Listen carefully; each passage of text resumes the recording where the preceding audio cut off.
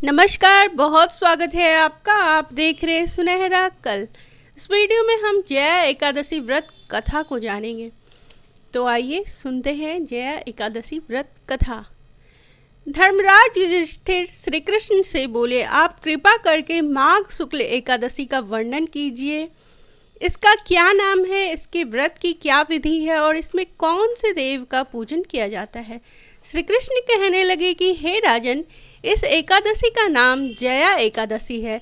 इस व्रत को करने से मनुष्य ब्रह्म हत्यादि पापों से छूटकर मोक्ष को प्राप्त करता है तथा इसके प्रभाव से भूत पिशाच आदि योनियों से मुक्त हो जाता है। इस व्रत को विधि पूर्वक करना चाहिए। अब मैं पद्म पुराण में वर्णित इसकी महिमा की कथा सुनाता हूँ। देवराज इंद्र स्वर्ग में राज करते थे और अन्य सब देवगण सुखपूर्वक स्वर्ग में रहते थे।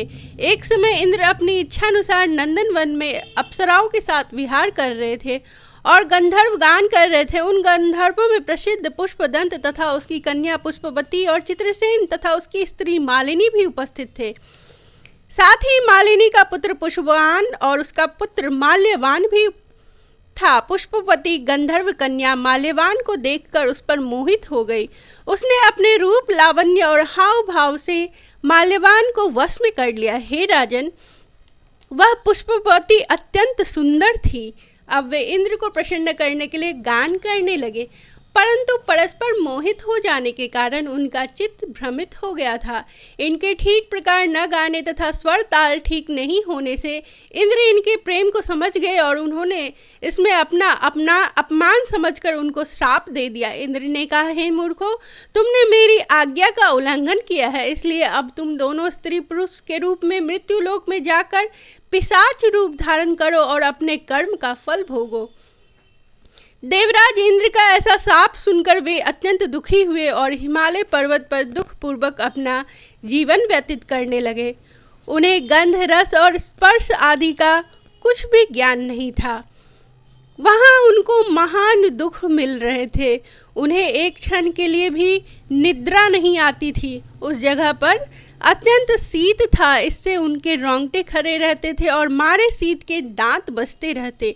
एक दिन पिशाच ने अपनी स्त्री से कहा कि पिछले जन्म में हमने ऐसे कौन से पाप किए थे जिससे हमको यह दुखदायी पिशाच योनि प्राप्त हुई। इस पिशाच योनि से तो नरक के दुख सहना ही उत्तम है, अतः हमें अब किसी प्रकार का पाप नहीं करना चाहिए। इस प्रकार विचार करते हुए वे अपने दिन व्यतीत कर रहे थे।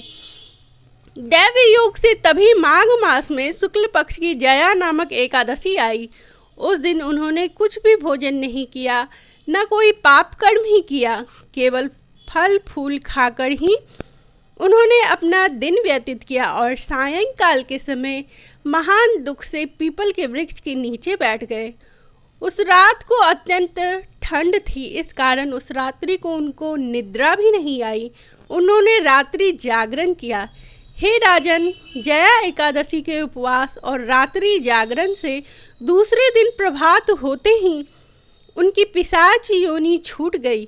अत्यंत सुंदर गंधर्व और अप्सरा की देह धारण कर सुंदर वस्त्राभूषणों से अलंकृत होकर उन्होंने स्वर्ग को प्रस्थान किया। स्वर्ग लोक में जाकर इन दोनों ने देवराज इंद्र को प्रणाम किया। इंद्र उनको पहले रूप में देखकर अत्यंत आश्चर्यचकित हुआ और पूछने लगा कि तुमने अपनी पिशाच योनि से किस प्रकार छुटकारा मिला, सो मुझे बताओ। माल्यवान बोले कि हे देवेंद्र, भगवान विष्णु की कृपा और जया एकादशी के व्रत के प्रभाव से ही हमारी पिशाच देह छूटी है। श्री कृष्ण कहने लगे कि हे राजन युधिष्ठिर, जया एकादशी व्रत जिस मनुष्य ने इस एकादशी का व्रत किया है उसे मानो सब यज्ञ जप दान आदि कर लिए हैं।